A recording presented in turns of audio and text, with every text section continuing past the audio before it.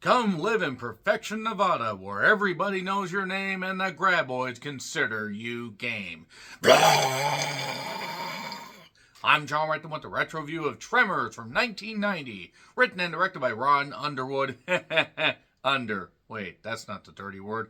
Nevertheless, he did City Slickers, but not for the legend of Curly's Gold. So much truth there. It's a deep cut Riff Tracks reference, but nevertheless, he also did Heart and Souls, a pretty well received movie. He did Mighty Joe Young, the one in the 90s, not the one from way before. That would have been impossible because he wasn't alive then. Also, The Adventures of Pluto Nash. That epic failure pretty much torpedoed Eddie Murphy's film career for a while until he came back recently, even if Beverly Hills Cop Axel F wasn't that good, and he's also done a lot of television. Check out his IMDb page for the full list of his work. 2 other people helped write this. I don't know why you needed 3 people to write a movie about, man eating worms in a desert setting, but S.S. Wilson... Yeah, I think we need an SS guard for Mr. Wilson here because he also did Wild Wild West. You want to talk about epic failures? Holy goddamn shit. I'm amazed Will Smith's career survived that because that movie was terrible. And also Brent Maddock, who did Wild Wild West. I may retro review that at some point, but I'm just going to let you know that I will probably tear into it because it was really, really bad. Kevin Bacon is Val or Valentine McKee, and Kevin Bacon, by the way, apparently was at a lower point in his life, even though he had a wife, he had a kid. Things are going good there. He's worried about his film career, trying to make sure that it kept going. And this film didn't exactly succeed like he wanted. He was worried about being typecasted. Even though he had fun making the movie, he did kind of resent it, but obviously his film career has worked out pretty well, except You Should Have Left. Let's just ignore that movie happened. And Kevin Bacon has had a pretty good film career, I would say, and he's come to appreciate it. Again, he did have fun making it, and the movie is a total blast. It is something that came out nearly 35 years ago. It's hard to fucking believe. We do have Fred Ward, who plays Earl, and they are 2 men working odd jobs, looking to get out of perfection and go to Bixby. That is a very depressing sentence. Why you would want to go there in Oklahoma, the home of Bill Watts. Just keep Paul Heyman's name out of your mouth there. Basically, why would you want to go there? Who knows? But, well, some man-eating worms have other ideas. 4 man-eating worms that eat men and women and just basically hunt by a sound because they have no eyes.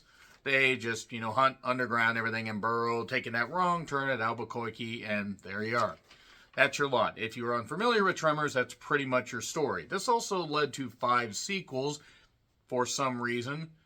And I've seen clips of some of them. I mean, I've seen the first 3. I couldn't tell you anything about the 3rd one. I definitely couldn't tell you anything about the last 3. Because I remember seeing the 2nd one, and I think I was Aftershock, and I think 3 was Back to Perfection, if I remember right. I think one of them even took place in South Africa. And Michael Gross, I believe, has been in every single one of them. He plays Bert. And also this was the film debut of Reba McEntire, who was amping up the goddamn Southern accent like crazy. I mean, yes, she is naturally Southern, but good goddamn Christ. So, also, you had Finn Carter as Rhonda. Finn, by the way, has been a bit of a naughty little individual, getting busted for a stolen car and stolen credit cards. I guess the feds were able to get Carter. Now that everybody has stopped watching because of that terrible pun, let me move on. $11 million budget, which would be $26.5 million in today's money. $3.7 million opening, $8.9 million in today's money. Not great, but it was what it was. It did make $16.6 million in the U.S. and worldwide, because they didn't get a lot of worldwide distribution. That would be $40 million in today's money. But it tripled its total on the VHS rentals and sales market. And yes, kids, that's right. Back in the day, before we had everything on streaming, where you could just click an app, however the hell you kids do that, or you could get a Blu-ray, or you could watch anything on the information superhighway, or even before DVDs, we had VHSs that did not just stop, and start automatically like with the click of a button. You actually had to put in some work here, because VHSs, yeah, they served a purpose. They weren't as good as beta, from what I've heard from people that were electronic experts. But if you forgot to be kind and please rewind, And sometimes you would start a movie in the middle of it, and then you would want to basically hurt the person that rented it before you. Essentially, these worms end up attacking. We get a little bit of buildup. We get some chemistry between Kevin Bacon and Fred Ward. Not like that. Not that there's anything wrong with that, but no, they are two friends. Fred Ward, by the way, it is kind of weird the career that he had before and after this. But since the film is considered a cult classic, I thought I'd just talk about some of my favorite moments, because really it is just about these worms hunting, coming. Where did they come from? Did they come from, deep underground? Were they aliens? We don't really know. At least in this one, we don't know. So, we get the rock, paper, scissors thing that they do. And we get all that. We don't get any of this, by the way. Funny thing, though, speaking of the rest of the cast, before I dive into this, you had Ariana Richards, who was the little girl in this and in Jurassic Park. No, really. I forgot about that. I have also not seen Tremors in full in a while, and it's been a while for Jurassic Park. Charlotte Stewart's in this, and Victor Wong, who ended up dying because he was caught in the wrong place at the wrong time. Am I terrible for that? Yes. And Tony Gennaro, not Miss Gennaro. I still find it funny Reba McEntire was in this. Actually, she was a natural, and she's had a pretty good film, and TV career since. So, basically, as they're just working their odd jobs, Val and Earl, they have said, well, I'll tell you, nobody handles garbage better than we do. And they do end up running into Rhonda a little bit before. Kevin has a particular idea on, the type of woman that he wants. There's nothing wrong with how Finn Carter looked at this point, though the criminal background and the fact that she has led apparently a hard life by not making good decisions kind of turned me off of that, but she looked good here.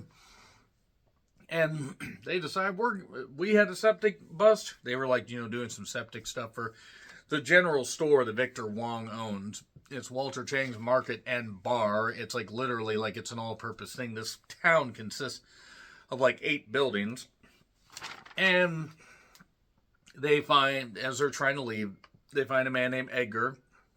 Edgar Deems, I believe is the name. Up, and it looked like he was either drunk or doing something, but he was hanging on this goddamn, phone, power tower. But he'd been up there for 3 or 4 days and he died. Now, why'd he die? Well, it's because he figured out that the only way he could be safe was to be up there, but he didn't take any supplies. And, oh yeah, by the way, these worms also kill by grabbing you and everything, hence the term graboids a little bit later on. And a bunch of sheep get killed, and then old Fred is dead. It's funny, they had a character named Fred and an actor named Fred in this. I don't know why that made me laugh. And then a little bit, after they found that Edgar guy, the doctor, this old doctor and his wife checked him out. And they're building some kind of house out in the middle of nowhere. I mean, seriously, there's nothing but empty land out there. I guess you can just decide to build shit as long as you have the permits or not. Who's going to fucking check on you? And one of the best scenes was a station wagon being dragged down into the goddamn dirt. That was actually pretty cool. But when Valentine and Earl were running, they were trying to take horses. They were trying to take horses and go to Bixby. Again, why would you want to go there? And one of the horses gets killed. That was actually a pretty good scene. I can imagine how terrorized that horse was. So they try to go through this irrigation thing or jump over this, and one of the graboids bashes its head into the goddamn cement because they can't find any concrete evidence as to what will stop them until that. And you got to stay on the residual boulders. They end up running into Rhonda again. They end up getting into her truck. Somehow, Rhonda is able to drive just fine, despite the fact that her, it's just her hands on the pedals. Oh, yes, and there was one funny thing a little bit earlier when, they were trying to leave after the sheep and stuff like that, and they ended up getting caught on this hillside, and one of the graboid, tentacles got the truck, but got ripped off. And that's where it's our old friend Stampy or Stumpy. I think it was Stumpy. Stampy was the elephant. Honey, or elephant honey. He's an elephant. So, where'd they come from? Who knows? We find out later. They came up with convoluted shit a little bit later on for some reason. And I did find it kind of funny that there was one point where I believe Kevin Bacon was like on a truck. It's like, get him off, he'll suck that truck down. Mature. I'm so mature. So mature. Almost 44 years old and still laughing at dirty shit like that. There were good set pieces here. They destroyed what town set pieces they had. Victor Wong got killed. That was kind of funny. Kind of funny how he was in Big Trouble in Little China and then this. And two different roles.